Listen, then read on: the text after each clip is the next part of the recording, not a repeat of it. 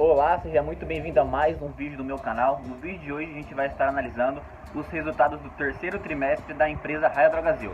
Então bora pro vídeo. Então, a Raia Drogasil é uma empresa do setor de produtos farmacêuticos. Ela é líder no mercado brasileiro de drogarias com mais de 2.100 lojas em 23 estados brasileiros.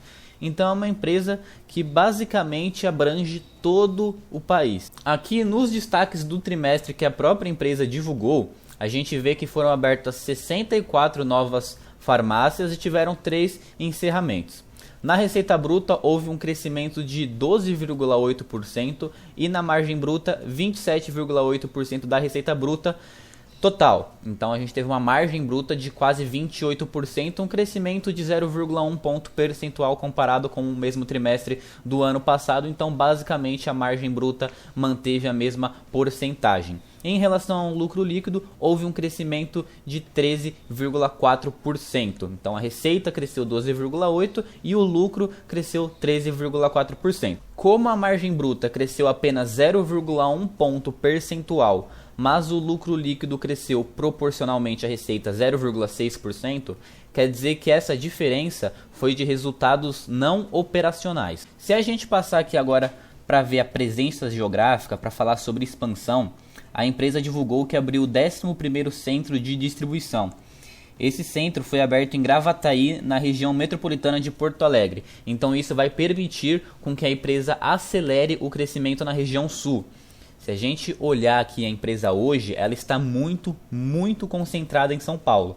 Ela tem 1.086 lojas em São Paulo, então agora ela está querendo expandir geograficamente para se diversificar mais ao redor do país, não ficar tão concentrada na região de São Paulo. Aqui na participação de mercado, se a gente vê comparando trimestre com trimestre, no país de modo geral, a empresa perdeu 0,1% de market share de participação de mercado, uma fatia do mercado, né? Então a empresa, de modo geral, possui 13,2% de todo o mercado. Ela perdeu 0,1 ponto percentual e aqui tem uma coisa interessante para a gente falar.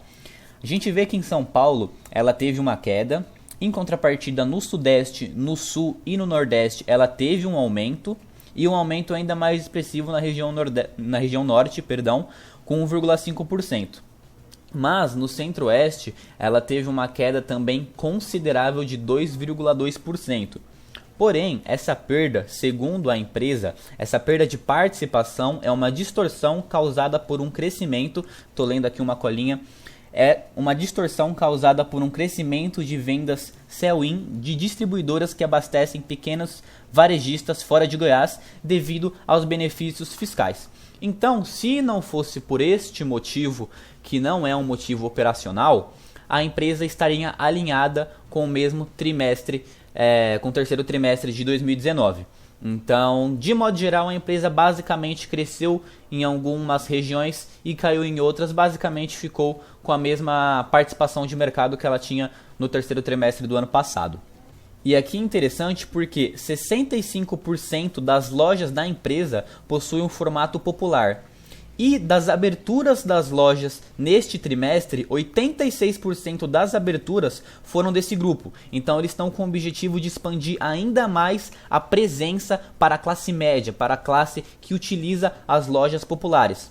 Além disso, eles continuaram a diversificação da rede de lojas geograficamente, com 70% das aberturas nos últimos 2 meses fora do estado de São Paulo, que é o estado origem da empresa. Então a gente vê que a empresa está expandindo bastante para fora de São Paulo, 70% das aberturas foram para fora de São Paulo, inclusive abriu um centro de distribuição em Gravataí, Porto Alegre e Rio Grande do Sul.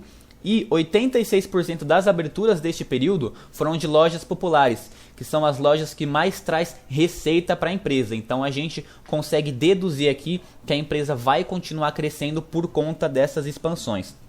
E mais um ponto que justifica essa minha fala é que no final do período, ou seja, no final do trimestre, 33% ou 1/3 das lojas ainda estavam em processo de maturação, não tendo atingido todo o seu potencial de receita e rentabilidade. Então essas lojas que foram abertas, na sua maioria fora de São Paulo, e lojas populares ainda não chegaram no total nível de maturação que poderia ter chego. Então elas ainda têm muito a rentabilizar. Então elas vão provavelmente somar bastante para os resultados da empresa. E um ponto também que é interessante falar é do ramo digital da empresa. Uma empresa de produtos farmacêuticos também está no ramo digital. E a relevância do mercado digital dentro da empresa cresceu bastante, principalmente comparado com o terceiro trimestre de 2019, comparado com o segundo trimestre de 2020. Teve uma leve queda, mas mesmo assim, comparando com todos os trimestres anteriores, sendo até o quarto de 2019 e o primeiro de 2020, foi um crescimento bem alto. A gente vê aqui também na segunda imagem que as entregas de até 4 horas, ou seja, você compra e recebe o produto em até 4 horas, representaram 85% das entregas dos aplicativos, de compras efetuadas pelos aplicativos. Pelo aplicativo, melhor dizendo. E em relação aos downloads do app, chegou a 5,6 milhões no terceiro trimestre de 2020. Se a gente vê há um ano atrás, tinha apenas 400 mil downloads. Agora já estamos em 5,6 milhões, então é um crescimento bem exponencial. E segundo a empresa, a relevância do setor digital cresceu não somente por conta dos hábitos de consumo resultante da Covid-19, mas também por causa de uma melhoria na execução, incluindo uma melhoria significativa dos aplicativos e plataformas digitais por contas de equipes de TI, equipes dedicadas a esse setor para melhorar a experiência do cliente que a empresa fez. Então, não foi apenas por conta do Covid, segundo a empresa. Obviamente que isso tem bastante relevância no crescimento, mas não foi somente por isso.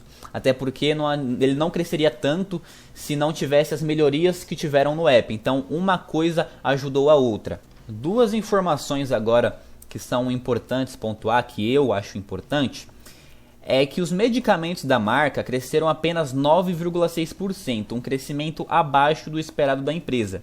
E isso é resultado de uma redução em prescrições e consultas médicas para tratamentos agudos não urgentes devido ao distanciamento social. Então, o que aconteceu?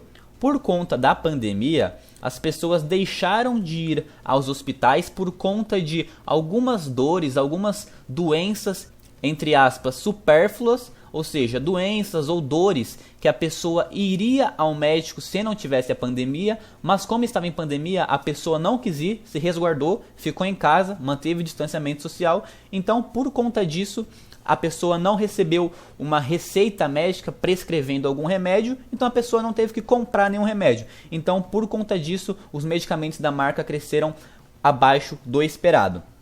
E outro ponto aqui que vale a pena ser ressaltado é que, segundo a própria empresa, apesar das lojas localizadas dentro de shoppings terem iniciado suas atividades, elas operaram com horários curtos e tráfego de clientes reduzidos. Isso é não apenas a empresa Raia Drogasil, as empresas de modo geral, né, até as que não estão na bolsa, até os pequenos empreendimentos do seu bairro, muito provavelmente sofreram com isso. Tiveram horários reduzidos, muitas vezes ficaram fechadas. Então, a empresa também sofreu com isso, ela perdeu bastante receita, deixou de fazer receita, aliás, e consequentemente lucrar por conta disso. Então, olhando de modo geral aqui a empresa agora, olhando com um olhar mais amplo, comparando com resultados passados, a gente vê que ao longo do tempo a empresa tem crescido o lucro líquido, tem crescido a receita, o EBITDA, então a empresa está crescendo de modo geral. Por mais que a margem continue a mesma e oscila entre 2, 3 e 4%, a margem não muda muito, mas está aumentando de lucro consideravelmente. A gente vê aqui que basicamente ela aumenta o lucro todo ano. De 2017 para 2018, basicamente o lucro ficou estável. Em 2019 o lucro voltou a crescer. E esse ano a gente não tem muito como saber como seriam os resultados da empresa se não tivesse a pandemia. A gente vê que somando aqui os resultados da empresa daria aproximadamente 300 bilhões, por volta disso, um pouco mais. E no ano passado ela lucrou quase 800 bilhões, então realmente teve uma queda considerável aqui. Mas é aquilo, a gente não sabe como seria o resultado da empresa se não tivesse o Covid. Outra coisa que a gente tem que ficar de olho é que a dívida vem aumentando. Lá atrás, há alguns anos, principalmente na década passada, a empresa tinha sempre mais caixa do que dívida. Hoje a empresa passou a ter muito mais dívida do que tem de caixa, mas isso não é uma coisa ruim. Dívida é algo negativo para pessoas físicas. Para a pessoa jurídica, para a empresa, dívida nem sempre é uma coisa ruim. Óbvio que a gente tem que ficar sempre de olho para ver se a dívida está equilibrada, não está se alavancando muito, porque se tiver futuramente pode trazer problemas para os acionistas da empresa. Um indicador que eu gosto de olhar bastante é o dívida líquida dividido pelo EBITDA aqui, que basicamente é ideal que ele esteja abaixo de 3. Como ele está 0,6, a gente consegue através desse indicador ver que a dívida está controlada. Por que eu utilizo esse indicador basicamente? Dívida líquida nada mais é do que a dívida total menos o caixa da empresa. Então a dívida total menos o caixa é a dívida líquida. E o EBITDA é o resultado operacional da empresa. Então, se a empresa mantiver os mesmos resultados pelos próximos 3 anos, a empresa consegue pagar as dívidas. Então é basicamente este conceito para você olhar esse indicador e ele ser menor que 3. Mas pensa comigo, se a empresa está tomando dívidas, provavelmente ela está investindo o dinheiro da dívida, né? Ela captou o recurso, vai ficar devendo, mas ela vai investir o dinheiro. Então, consequentemente, ela vai ser mais rentável, vai lucrar mais, vai ter mais receita. Então, por isso eu acho interessante olhar aqui. Esse indicador está 0,6, então pode ficar tranquilo, a empresa atualmente está tudo dentro do controle, a receita vem crescendo, lucro líquido vem crescendo, a margem se manteve, então a empresa nem ganhou muita eficiência, mas também não perdeu eficiência. E uma coisa interessante aqui da Raia Drogasil é você olhar o retorno histórico. Em 22 anos teve 241.000% de retorno acionista e nos últimos 11 anos 1.315. Então é uma empresa que tem um dividend yield mais baixo, não distribui muitos dividendos, né, normalmente na faixa ali de 30%, mas é uma empresa que dá valor ao acionista por conta da valorização.